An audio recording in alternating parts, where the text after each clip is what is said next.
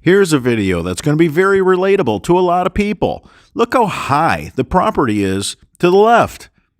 All the water is rolling off. All the roof runoff water is running down to the home that we're contracted to protect. We're building a French drain curtain drain all the way down the side of this house and wrapping around. There's a big hill in the back. There's high ground coming at this home from all directions.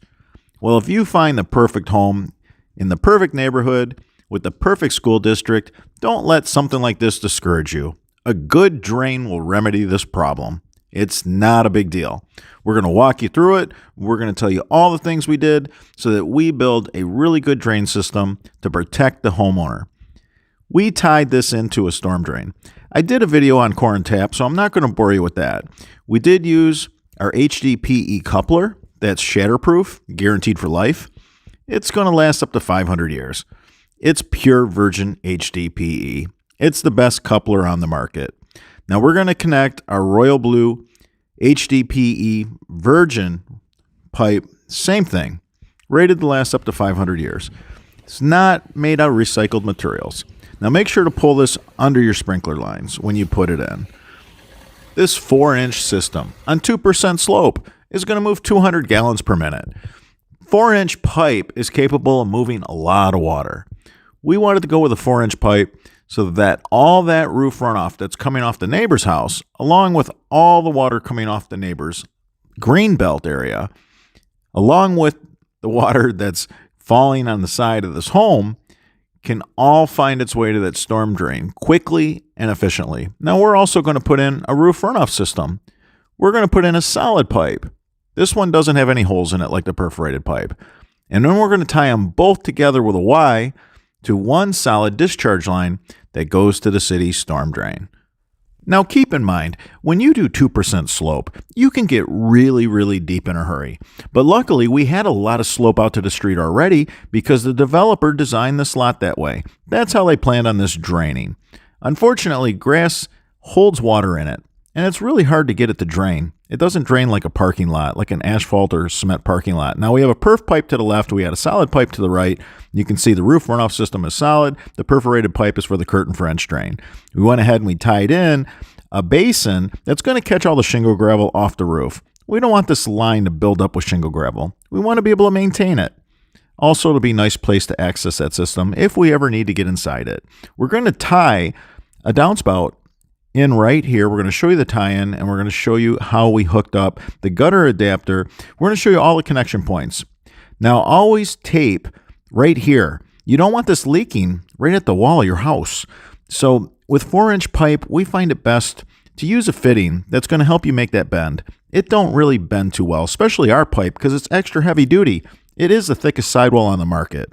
What a great difference here. Look how high the ground is to the right. Unbelievable. And the downspouts are just dumping. The neighbor hasn't thought about running his downspouts to the front yard to help his neighbor out. Well, obviously, he's the high house, so he's not having any water problems, is he? This curtain French drain is going to protect the homeowner that we're contracted to work for. We want to run this drain and wrap it around the house to catch all the water coming off all the high ground. That way, it won't find its way to the foundation of this home. Now, we want to also grab up all the roof water. We want to catch it at the downspout, and we don't want to let it go. So you never want to do this in a way where there's an air gap. That is a really bad idea. It's super hard to gather water once you let it go. It splashes everywhere. I see times where people just put catch basins here for water to fall down in. Not such a good idea. A lot of mold and mildew and a lot of foundation damage. You're in for a treat. You're going to see two of our very best. Two of our veterans are going to tie this downspout into the main. Now, they're going to use a Y fitting. They're not going to use a T fitting because that'll just slam the water to a stop. A Y fitting keeps the water in motion in the direction it needs to go, keeping the velocity up. You can move more water quicker.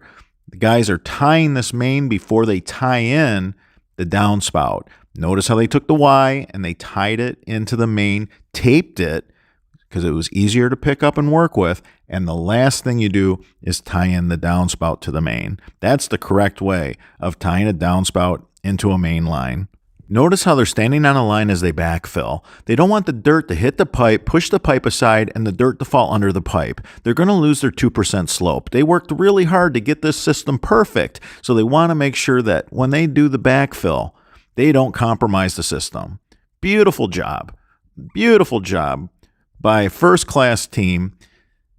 This veteran team nailed this. Look at this high ground that all comes right towards this home.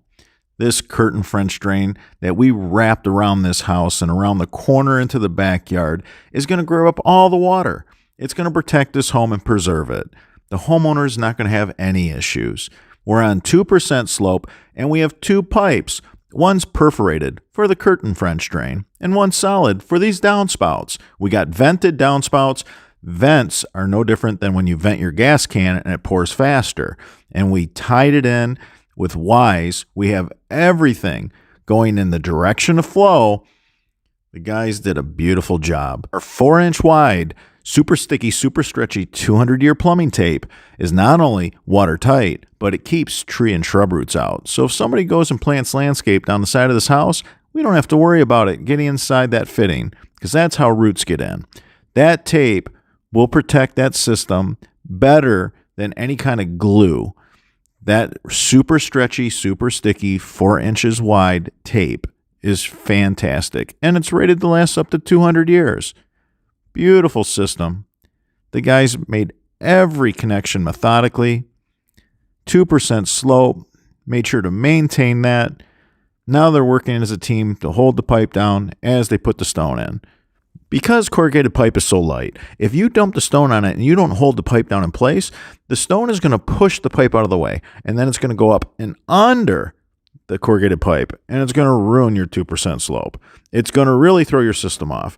So for best results, after you work this hard, you want to go ahead and make sure that you stand on the pipe, you hold it down with a shovel, you work as a team as you go ahead and cover it up with the stone. Now we're using 1.5-inch round rock because it has really, really big voids. If you use crushed stone, they lay flat on one another and you don't have as big of voids. Now it does compact better when it's crushed, but nobody's driving over this, so we want it to not get compact. We want to keep the voids. It's okay if it's kind of like rolling around like marbles. Once we put the grass over top of it, it's not going to be an issue and you're not going to feel it when you're walking on it. Now the guys are keeping this work site safe, and I want you to really take note of that. These men are true professionals at what they do. If you found any of this information helpful, give us a thumbs up. It supports our channel. I'm your host, Robert Sherwood, and until the next video.